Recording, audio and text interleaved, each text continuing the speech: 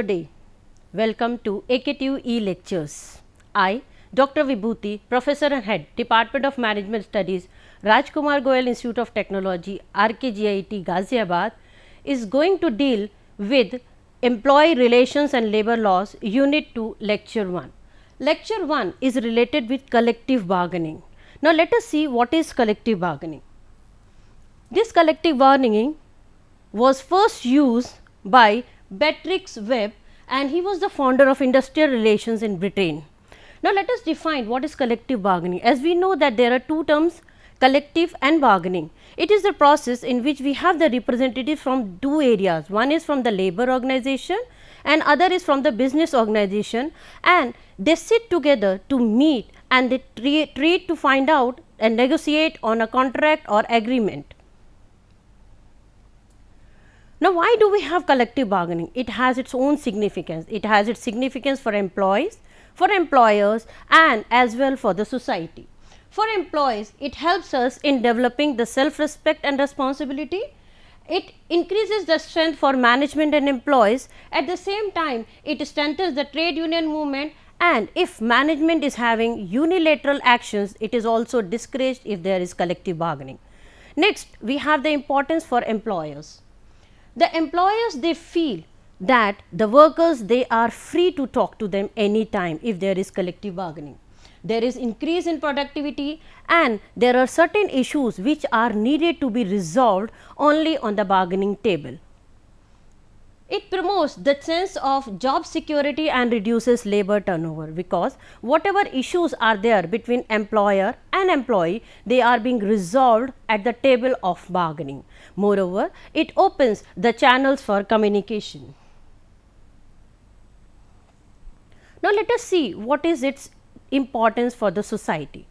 This collective bargaining, because it is helping in resolving the various issues related with the employers and employees, therefore, it maintains the industrial peace in the society. At the same time, it brings harmonious industrial climate, it leads to economic and social development, and the most important thing is the exploitation of workers by the management is being resolved if there is collective bargaining.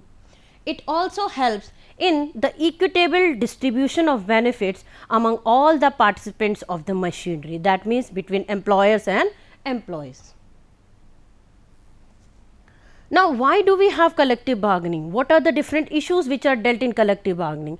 These issues are wages and working conditions. Sometimes it happens that the employees are not happy with whatever wages and the working conditions they are getting. So, in that case, there is a table where both the parties sit together and discuss on it. Then we have the work norms, incentive payments, job security, change in technology, working tools, techniques and practices. Then we have the transfers and promotions related issues, grievances, disciplinary actions and matters, and health and safety. These are the different issues where collective bargaining is dealt. And insurance and benefits, union recognition. So, this is a term, why we are using this term in collective bargaining, because many times it happens that there is a trade union in the organization, but that trade union is not being recognized. Nobody knows what this trade union is doing. Then we have union activities and responsibilities and management rights. So, these are certain areas where collective bargaining works. What are the different types of collective bargainings? Because every time it does not happen that in a collective bargaining both the parties they win. Sometimes there is a win-win situation and other time there is a loss-win situation. So, let us see what are these. The first type of collective bargaining we have is distributive bargaining or conjunctive bargaining. We call it as zero-sum negotiation also. In this, there is a win on one side and there is a loss on the other side. That means it is a win-loss situation. Only one party will be winning, the other will be losing. Both the parties, they try to maximize their respective gains, but it is only one who gains, and most of the time this type of bargaining is done for wages, benefits and certain issues which are related to monetary things. Next we have integrative or cooperative bargaining. This is known as win-win type of bargaining, where both the parties they win, however, the pie which they are winning may not be equal. A mutually beneficial alternative, it resolves the conflict of both the parties. So, in this the benefit is for both the parties, there is sharing of information about the interests and concerns, and all the situations where both the parties can win is being met in this type of collective bargaining. Then we have productive bargaining. It happens that the organization they win to increase the productivity, but how can they do it unless and until they are giving anything to their employees. So, they give or they enhances the wages of employees, and in return of that the employees they increases the productivity. It leads to efficiency in work. Next is your composite bargaining. This is a productive bargaining agreements may increase their workloads. So, it can be there that there can be rationalization, there is change in technology, the life may become uneasy, therefore, there is a composite bargaining. This is the entire process of collective bargaining. How do we do collective bargaining? We start with preparatory phase. This is a phase where we find out what is the issue. Why are we for collective bargaining? Why are we sitting in front of each other? Who are the parties involved? Who will be the representative? Then where this bargaining will take place? What will be the proper procedure and proper steps of bargaining? So, all these things are decided in the first step. Second is the discussion step, where both the parties they sit together and then they decide what has to be discussed. A proposal is being given by both the parties, where it can be a win-win situation or it can be a win-lose situation. After that comes your important phase, that is bargaining, where both the parties they try to maximize their portion. There is a settlement phase, where both the parties they settle at one point, and that is the stage of collective bargaining, formalizing of agreement, and finally both the parties are being enforced that this agreement has to be acceptable for both the parties. So, acceptance of agreement is the end of collective bargaining process. Now, it is not that much easy as it looks. So, collective bargaining is not an easy task. There are many hurdles and there are many obstacles in collective bargaining. Multiple unions. Today, unions are not very prevalent, but still there are big houses where there are unions, but there is not a single union, there are many unions, and because there is always a contradiction between these unions, so these unions they are always fight that who will have the big pie or who will be there in the collective bargaining process. Second is non-recognition. That means the parties who are involved or the unions who are there in the organization, nobody knows what these what these unions are doing. Now, if nobody knows the union, how will the bargaining process start? Then political orientation. As we all know that today's all the big houses they are attached with one or the other political party, and in India, since it is a country where politics plays a very important role in the upbringing of any organization. Therefore, it is necessary to find out to which political party this particular organization is attached with. So, if political orientation is identified, then only collective bargaining will be successful, else there will be a problem in collective bargaining. Next, we have the laws. The laws which are prevailing in our system, that means the labor laws, these laws have many lacunas, there are many flaws. These laws may not be acceptable in the present scenario. However, the government is making changes in these laws, but in the present scenario these laws are defective. So, these laws acts as a hurdle in collective bargaining. For example, the laws which are related to labor. So, these labor laws may not be acceptable in the present situation. Then mediation by political parties or political leaders, whatsoever you can say, these political leaders, because they are being supported and they support. So, there is a mutual understanding between the organization and the political parties. So, these leaders may influence the bargaining process of any organization.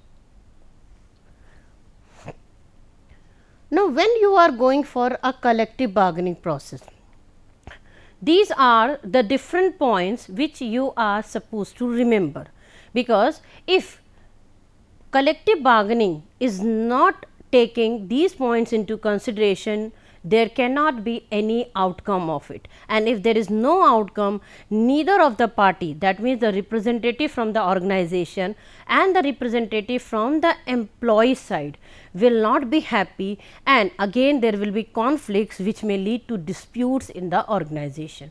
Now, let us see what are these points. The first point is, be sure to set clear objectives of every bargaining item and be sure you understand the reason for it. That means, it is necessary for us to find out which issue is being discussed, which is the issue which has to be there on the table, and whether this issue is known to everyone, or the parties who are sitting at the bargaining table, they know what this issue is. Take for example, salary, enhancement in salary.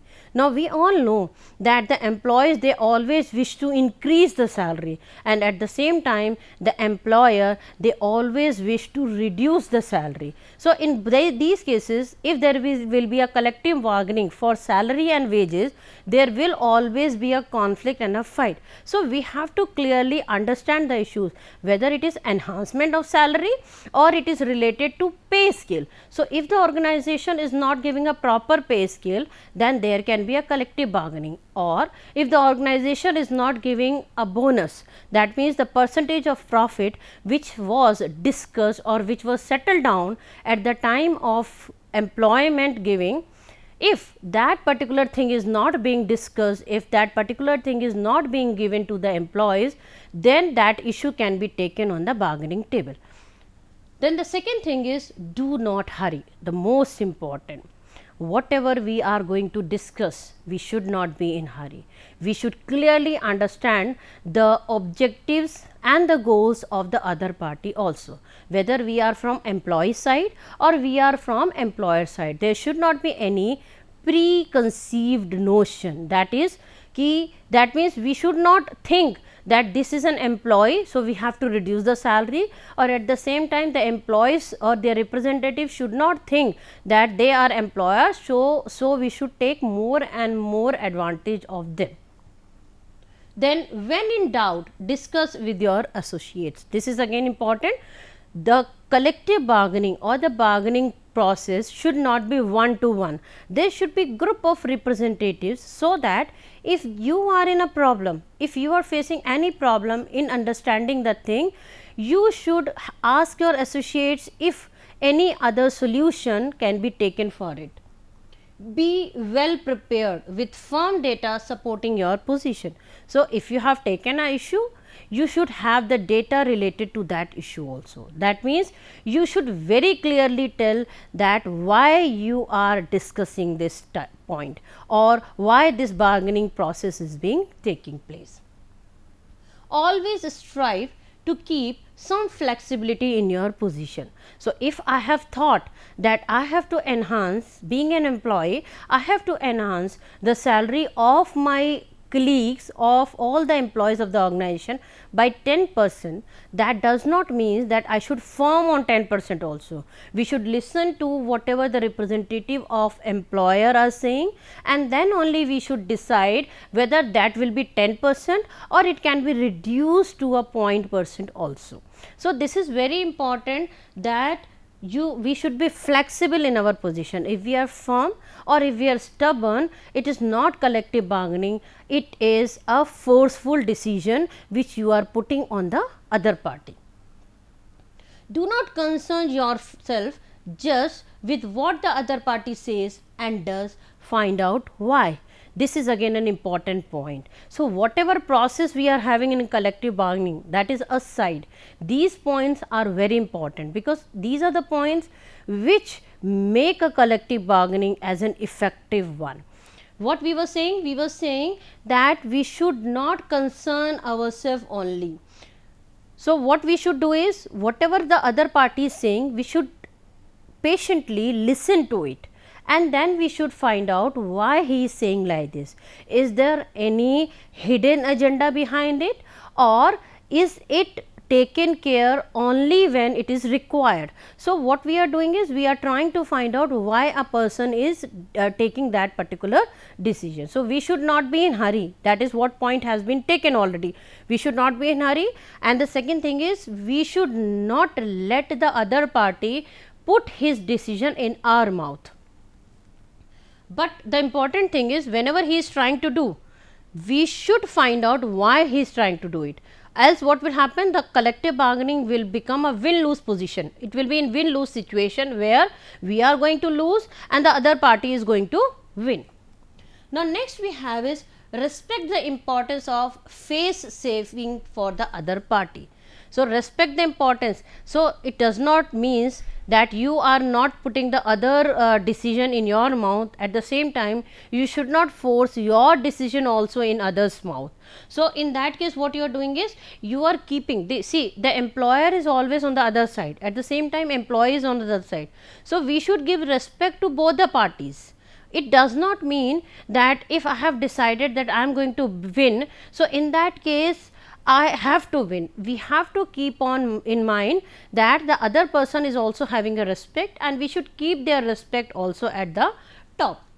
Next we have is, be alert to the real intention of the other party, not only for goals but also for the priorities. So, this is also important. We have to keep this thing in mind, that what are the priorities of other party, and at the same time what are their intentions. If they have came here for any negative intention, or they have came here to suppress us, in that case we should not allow them to do so. So, this is an important thing, that whatever priorities we are having, or whatever priorities they are having, those priorities have to be identified and they have to be defined. Take for example, if we have 4 issues with us for collective bargaining. For example, we have a issue related to the working conditions, or we have the issues related to the bonus, we have the issues related to the timings of the organization, and at the same time we have the issues related to the gender discrimination. Now, if we are taking all these 4 issues together on the bargaining table, we have to find out which issue is of prime importance. For example, gender discrimination can be of prime importance, or the bonus can be of prime importance. It may depend upon the representative also. So, if a representative is a male member, the bonus can be on top, and at the same time gender discrimination can be at the bottom. So, priorities of the issues which you have identified, they have to be there. So, priorities are very important, because all the issues of the collective bargaining cannot be dealt at the same time. What you have to do is, you have to make them that which issue will be dealt first, and once the solution is identified to that issue, then you will have to move to the other. So, I have taken 4 issues. One is the bonus, other is the working conditions, then third one we have is the timing of the organization, and the last we had the gender discrimination. So, I can take, for example, I am a representative from the employees side. So, I can take bonus at the first, then I can take the working conditions, then I can take the gender discrimination, and the timing of the organization is always at the lowest, because if we are loyal, we are honest, and we are getting everything in return of whatever we are doing, the timing of the organization does not matter a lot. So, prioritization and the intentions, these are 2 important areas where collective bargaining, or before you make collective bargaining, you have to identify the things.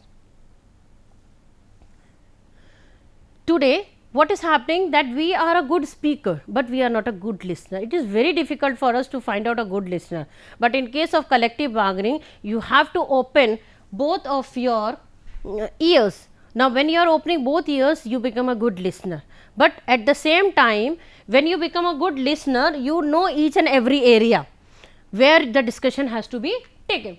Then build a reputation for being fair but firm.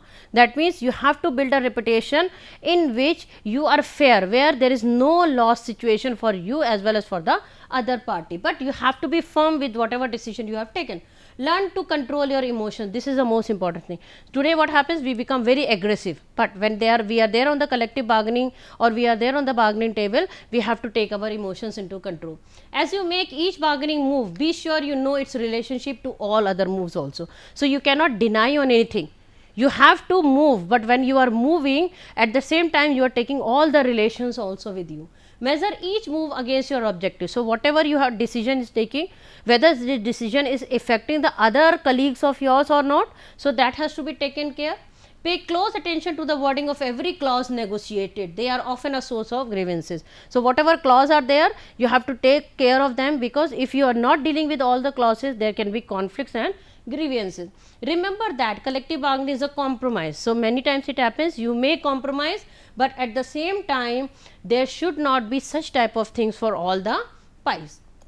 Try to understand people and their personalities, and consider the impact of present negotiation on those in the future years. So whatever you are negotiating today, you should know what is the impact of this type of negotiation on your future years, because you are supposed to work in that organization for the next years also. You cannot leave the organization just for the bargaining purpose. So if you do not get your own pie, that does not mean that you will leave the organization as an employee, or an employer may kick you out. No, this collective bargaining is an important tool for resolving the grievances, conflicts and the disputes, because if there are all these three things or any of these three things, the organization cannot work for a longer period of time. And we have many more examples of it. Take the example of Modi Industries. They are not there because of these conflicts only. So similarly, there are many products in the market also which are not there just because of the conflicts which their either managements have or their employees had. And these are we should know the person who is standing in front of us. That means when we are there on the bargaining table, both the parties, they should know each other, that who they are, what are their personalities and how they will react. And I have already told the things that we have to be patient, we have to be good listener, and at the same time we should know what are our priorities. Why are we here? Are we here to fight or are we here to resolve? So collective bargaining is a process, or it is a term which is used in order to resolve the conflicts which is there for different issues related to employer as well as employees. So you can go for collective bargaining anytime, but your issues, your priorities and your things should be very much clear why you have this collective bargaining. We had discussed different types of collective bargaining. Now these are the different types of collective bargainings which we have discussed. For the first one is distributive bargaining. Now when we say distributive bargaining, it means that the things may or may not be distributed, because there is zero sum negotiation. Therefore it is always there that one side is a winner and other side is a loser. We have a very good example of bonus. Now in this case of bonus, maximum times the employees are a winner and the employer is a loser, because whatever profit an employer is getting, employer is giving a part of that profit to the employee. So this is not acceptable to the employer, and therefore there is always a bargaining. Both parties, they try to maximize their respective gains. That means both the parties, they try to have the maximum. Employer says that because I have been working for the organization, therefore I require a big pie. But at the same time, employee says that I have been working day and night for the organization, I require a big pie. So this is a type of distributive bargaining where we have only one winner and other is a loser. then these are most of the time issues which are related to monetary and non-monetary aspect of the employees. For example, wages, benefits, bonus, these are the things which are related to money. So, whenever money is there, there is always a fight between an employer and the employee. The second bargaining we have is your integrative bargaining. Now, in case of integrative bargaining, this is done for problem solving sessions. That means, whenever there is a problem either with the employee or with the employer, they sit together and go for it. Now, this is the type of bargaining where there is a win-win situation, where both the parties they get something or the other, but they are a winner, there is no loser in it, and it try to resolve the conflicts which is there between the parties. Now, we have a very good example of it is the working conditions. Now, for example, the employees they may be asking for centralized air condition in their production area, but what the organization can do or what the employer can do is they can provide the big cooler. So, in this both the parties they are a winner. Then there is an information which is being shared and they try to find out the possible solutions. That means, I have given example, and the employer what they can do is they can ask the employee to find out the solution, because there cannot be a centralized AC in the production area, but at the same time there can be big coolers. That means, desert coolers can be there, big ceiling fans can be there. So, all these solutions can be there. So, both the employer and the employee will be the winner for it. Next we have is your productive bargaining. Now, when I use the term productive, that means what we are doing is increase in the productivity, but you cannot increase the productivity without taking the employees into consideration. So, what management is doing? They are bargaining, and an example which we have is overtime. We give overtime wages to the employees in order to make them work for a longer period of time, and because of that what can happen? The productivity will increase and automatically the employees are getting something in return. So, such type of bargaining is known as productivity bargaining. That means, this type of bargaining is normally used in the area in the organization where there is production.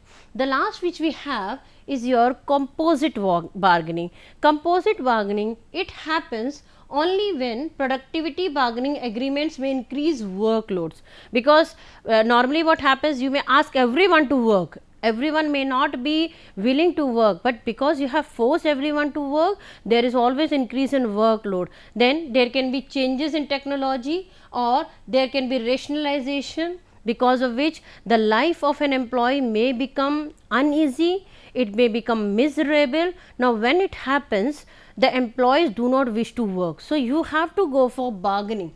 And the labor, therefore, there is a composite bargaining. Labor not only bargains for wages, but also demands equity in matters relating to work norms, employment levels, manning standards and environmental hazards. So, not only wages are being increased, but at the same time the entire atmosphere of the organization will be increasing in that case. That means, the environmental hazards, because of environment, that means pollution may increase, and if pollution is increasing they may be asking for masks.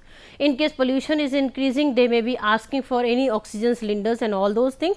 So, these are the things which are being demanded from the side of employees only when you are forcing them to work for a longer period of time, or you are forcing them to have more productivity, or you are making changes in the technology, or you are bringing out changes in any other working condition of the employees. Now, the work norms may also change. That means, here what you are doing is not only you are changing the monetary part, that means wages and salaries, but at the same time you are increasing or you are changing the non-monetary part also, which is situational for the employees.